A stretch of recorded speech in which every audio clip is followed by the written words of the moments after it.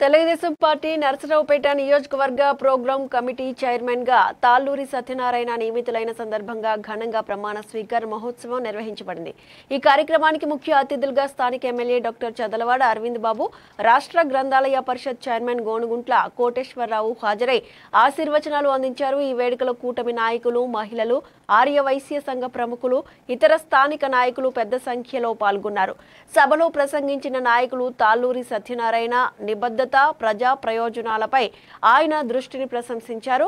ప్రజల సమస్యల పరిష్కారానికి సమర్థంగా పనిచేయాలన్న ఆకాంక్షను వారు వ్యక్తపరిచారు.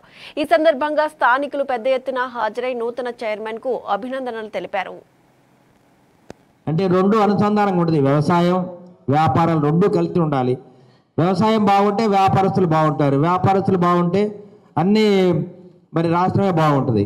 ఇటువంటి ఆలోచనతోటి మొదటి నుంచి కూడా చంద్రబాబు నాయుడు గారు ఆర్యవైశ్యులు కాపాడుకోండి, వారికి సరైన మర్యాద ఇవ్వండి, గౌరవాన్ని ఇవ్వండి, సమాజంలో వారికి పెద్దపీట ఏమని చెప్పడం జరుగుద్ది.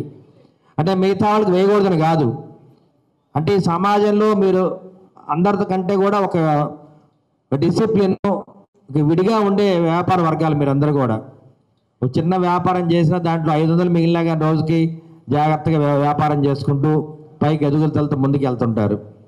అటువంటి వ్యాపారస్తులందరూ కూడా తెలుగుదేశం పార్టీకి అండగా ఉంటే పార్టీ ఎప్పుడు బాగుంటుంది, ఎప్పుడు గెలుస్తుందనే ఆలోచనతో చంద్రబాబు నాయుడు గారు ప్రతిసారి ప్రతి ఎమ్మెల్యేకి చెప్తూ ఉంటారు. అదేవిధంగా 5 ఏళ్ళు పడిన కష్టానికి మా తాళ్ళూరు సత్యనారాయణ గారికి మేము ఇచ్చే గౌరవం ఇది చాలా చిన్నది.